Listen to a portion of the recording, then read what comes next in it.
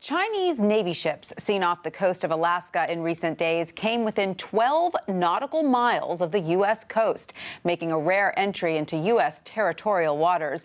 Here with more details is Wall Street Journal reporter Gordon Lubold from our Washington, D.C. bureau. Gordon, thanks for joining us. What were the Chinese Navy ships doing there in the first place? Well, there were 5 ships, 3 warships, a sustainment ship, and what's known as an amphibious assault ship, flotilla of 5 vessels that were transiting through the Bering Sea, probably from exercises that the Chinese were doing with the Russians. And so the U.S. noted that this is the first time they've seen activity of the Chinese Navy in that area. But they were just really transiting through.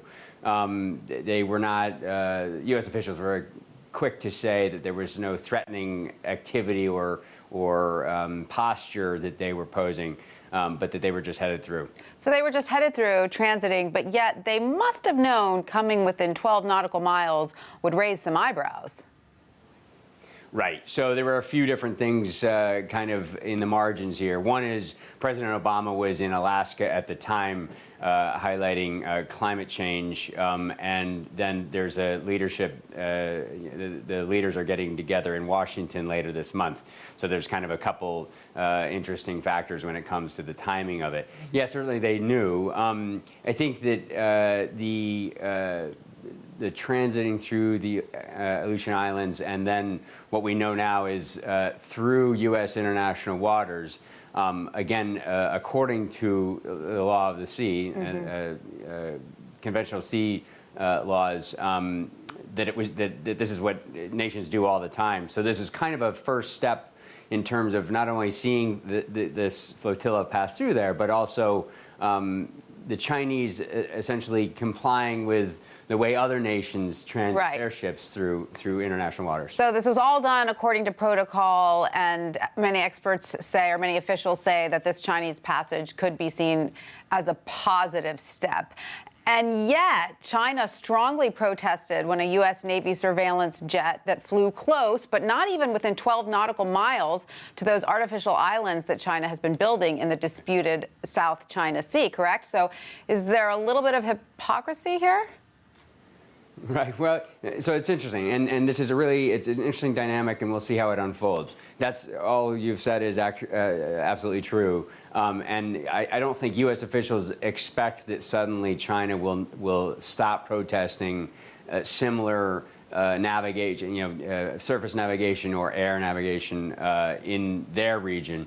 On the other hand, it does kind of this turnabout this past few days does kind of put them on equal footing, and it makes it maybe easier for the U.S. and China to kind of talk kind of on an equal playing field about how to operate in and around each other. Sure, sure. Now, where are these Chinese ships believed to be now?